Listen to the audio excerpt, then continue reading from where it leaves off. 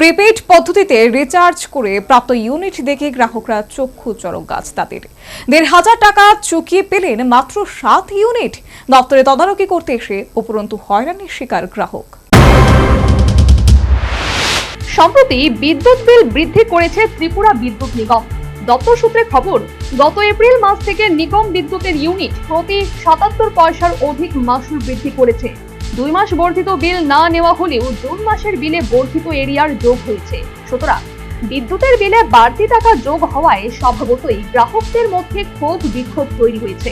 এর মধ্যে গোটা রাজ্য জুড়ে সার্বিকভাবে স্মার্ট মিটার লাগানোর উদ্যোগ গ্রহণ করেছে বিদ্যুৎ নিগম। এই স্মার্ট মিটার নিয়েও জনসাধারণের মধ্যে একটা বিরূপ প্রতিক্রিয়া তৈরি হয়েছে। স্মার্ট মিটার জনিত কারণে বিদ্যুতের বিল অধিক হচ্ছে বলে গ্রাহকদের অভিযোগ। এমনকি স্মার্ট মিটার বাতিলের দাবিতে ক্ষোভ বিক্ষোভের মধ্যেই গ্রাহকরা প্রতিবাদের রাস্তায় নেমেছেন। তবে এখন আর স্মার্ট মিটার লাগানো হবে না, পুজোর আগ পর্যন্ত দাব বন্ধ থাকবে বলে জানিয়েছে বিদ্যুৎ নিগম। ফলে বর্তমানে স্মার্ট মিটার লাগানোর কাজ বন্ধ। এর মধ্যে স্মার্ট মিটারে অধিক বিদ্যুৎ বিল আসছে বলে বিভিন্ন মহল থেকে অভিযোগ আসছিল। এবার এই অভিযোগের সত্যতা মিলল। বিশালগড়ের করইমুড়ার মিষ্টির দোকান মালিক অমরেশ দেবনাথ অভিযোগটা তুললেন।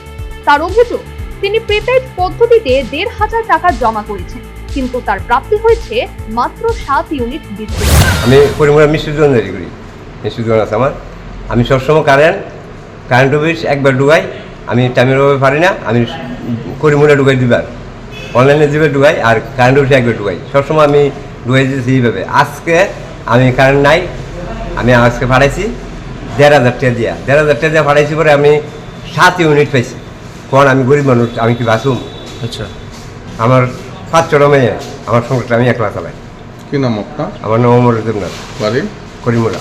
এখন কইছে এখন কারেন্ট অফিস আইছি, কোন কারেন্ট অফিসে? ওই যে জাঙ্গাইল্লা, বিশালগড় জাঙ্গাইল্লা। তদারকি করতে এসে জাঙ্গালিয়া বিদ্যুৎ দপ্তরের কিন্তু এই ভোক্তা হয়রানির শিকার হলেন। সংশ্লিষ্ট সিনিয়র ম্যানেজারকে এই ব্যাপারে জিজ্ঞাসা করা হলে তিনি জনৈকা ম্যাডামের দরজা দেখালেন। তখন আমি তারা দেখুক দিকে সে তারা কী করবো করুক, সবসময় তো আমি ইউনিট পাইতেছি ভালো, চলে যেতেছি, এরপরেও কম পাই, আর ডাক্তার তো মাইনে নিতে পারি। আজকে আমি ১,৫০০ টাকা বাড়াইছি, একটা অটো গাড়ি বাড়াইছি, এর ৫০ টাকা দেওয়া লাগবো। আগে আমার টাইমেরও হবে, আমার টাইম নাই, আমি দোকান থেকে দিতে পারি না। ১,০০,০০০ সেটা আমার কেউ নাই। তারা আমার ১,৫০০ টাকা দিচ্ছে, আমার ৭ ইউনিট দিচ্ছে।